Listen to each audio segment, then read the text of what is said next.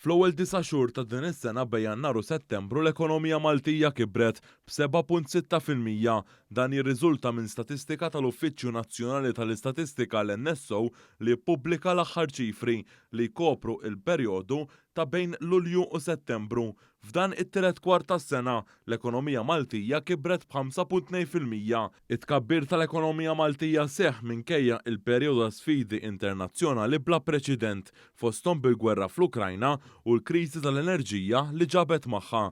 F'dan il-perjodu, jiġifieri bejn Lulju u Settembru, il-ġid nazzjonali kien ilaħħaq iżjed minn 4.4 biljun euro. Dan ifisser żieda ta' 456.1 miljun euro jew 11.6% meta mqabbel mal-istess perjodu tas-sena li għaddiet. Din l-istatistika tal-NSO turi wkoll kif il-ġid nazzjonali fit-tielet kwart tas-sena kien jisboq tal-istess perjodu fl-2019, is-sena ta' qabel il-pandemija. Iż-żieda bejn Lulju u Settembru ta' din is-sena meta mqabbla mal-istess perjodu ta' 3 snin ilu kienet ta' kważi 700 miljun euro.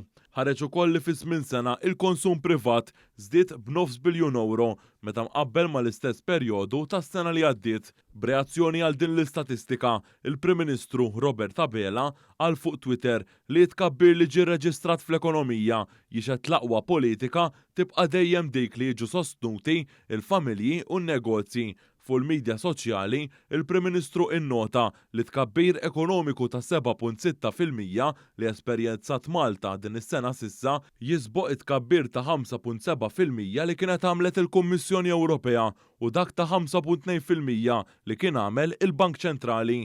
Huwa rrimarka li l-konsum privat u l-esportazzjonijiet laħqu rekords ġodda minħabba li l-Gvern qed jissussidja il-prezzijiet tal-enerġija u dawn qed jibqgħu stabbli għall familji u n-negozji.